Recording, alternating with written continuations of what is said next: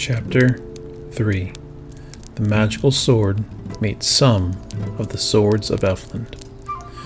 When Alveric came to the enchanted wood, the light in which Elfland glowed had neither grown nor dwindled, and he saw that it came from no radiance that shines on the fields we know, unless the wandering lights of wonderful moments that sometimes astonish our fields, and are gone by the instant they come, are strayed over the border of Elfland by some momentary disorder of magic. Neither sun nor moon made the light of that enchanted day. A line of pine trees, up which ivy climbed, as high as their lowering black foliage, stood like sentinels at the edge of the wood. The silver spires were shining as though it were they that made all this azure glow in which Elfland swam. And Alveric, having by now come far into Elfland, and being now before its capital palace, and knowing that Elfland guarded its mysteries well, drew his father's sword before he entered the wood. The other still hung on his back, slung in its new scabbard over his left shoulder. And the moment he passed by one of those guardian pine trees, the ivy that lived on it unfastened its tendrils and, rapidly letting itself down, came straight for Alveric and clutched at his throat. The long, thin sword of his father was just in time. Had it not been drawn, he would have scarcely got it out, so swift was the rush of the ivy. He cut tendril after tendril that grasped his limbs, as ivy grasps old towers, and still more tendrils came for him, until he severed its main stem between him and the tree. And as he was doing this, he heard a hissing rush behind him, and another had come down from another tree, and was rushing at him with all of its leaves spread out. The green thing looked wild and angry as it gripped his left shoulder, as though it would hold it forever. But Alveric severed those tendrils with a blow of his sword, and then fought with the rest, while the first one was still alive, but now too short to reach him, and was lashing its branches angrily on the ground. And soon, as the surprise of the attack was over, and he had freed himself of the tendrils that had gripped him, Alveric stepped back till the ivy could not reach him, and he could still fight it with his longsword. The ivy crawled back then to lure Alveric on, and sprang at him when he followed it. But, terrible though the grip of ivy is, that was a good sharp sword, and very soon Alveric, all bruised though he was, had so lopped his assailant that it fled back up its tree. Then he stepped back and looked at the wood in the light of his new experience, choosing a way through. He saw at once that in the barrier of pine trees, the two in front of him had their ivy so shortened in the fight that if he went midway between the two, the ivy of neither would be able to reach him. He then stepped forward, but the moment he did so, he noticed one of the pine trees move closer to the other. He knew then that the time was come to draw his magical sword. So he returned his father's sword to the scabbard by his side, and drew out the other over his shoulder, and, going straight up to the tree that had moved, swept at the ivy as it sprang at him. And the ivy fell all at once to the ground, not lifeless, but a heap of common ivy. And then he gave one blow to the trunk of the tree, and a chip flew out, not larger than a common sword would have made, but the whole tree shuddered. And with that shudder disappeared at once a certain ominous look that the pine had had, and it stood there, an ordinary, unenchanted tree. Then he stepped on through the wood with his sword drawn. He had not gone many paces when he heard behind him a sound like a faint breeze in the treetops. Yet no wind was blowing in that wood at all, and he looked round, therefore, and saw that the pine trees were following him.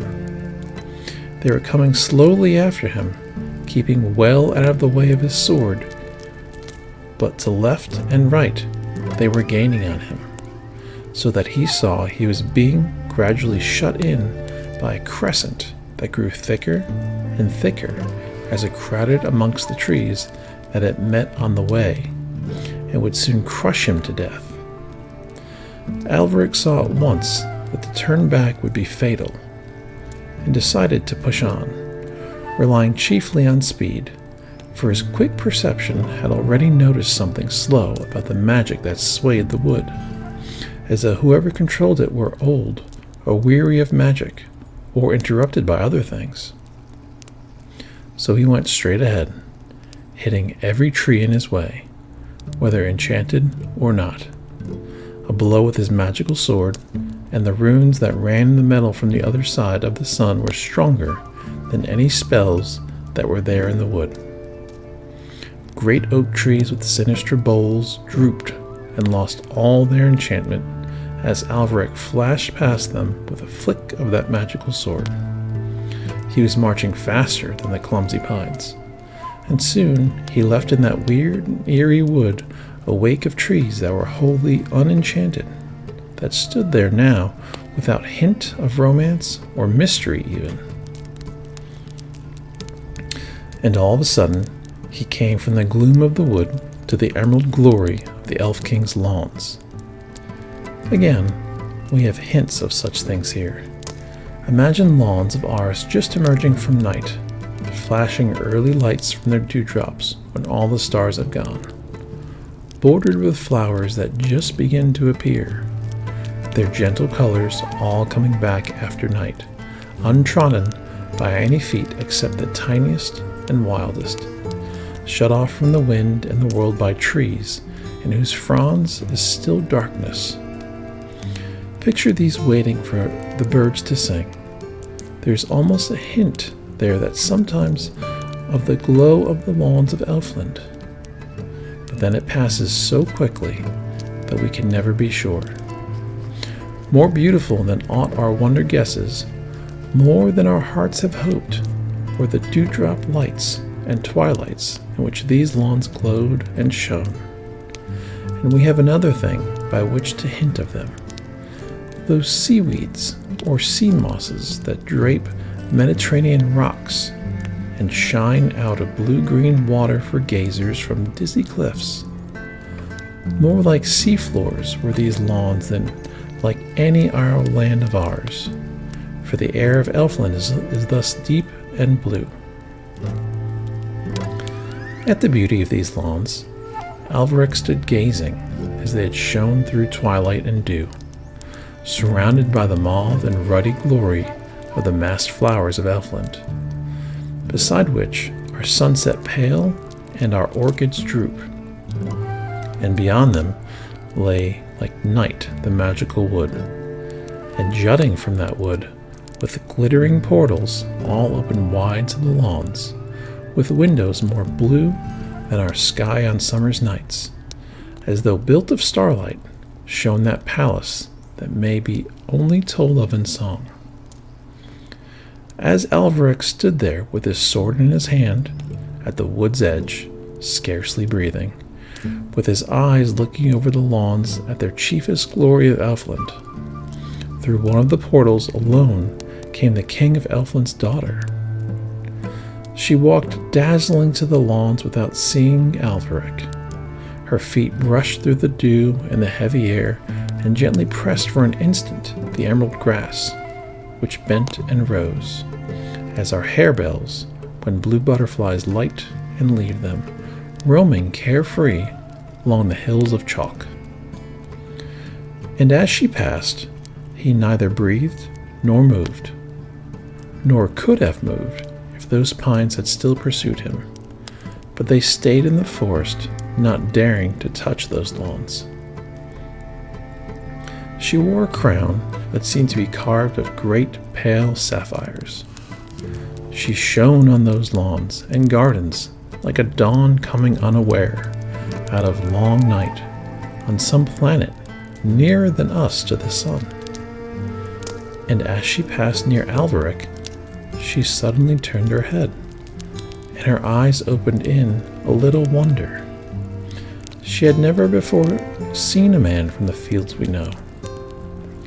And Alveric gazed in her eyes, all speechless and powerless still. It was indeed the Princess Florizel in her beauty. And then he saw that her crown was not of sapphires, but ice. "Who are you?" she said, and her voice had the music that, of earthly things, was most like ice in thousands of broken pieces rocked by a wind of spring upon the lakes in some northern country. And he said, "I come from the fields that are mapped and known."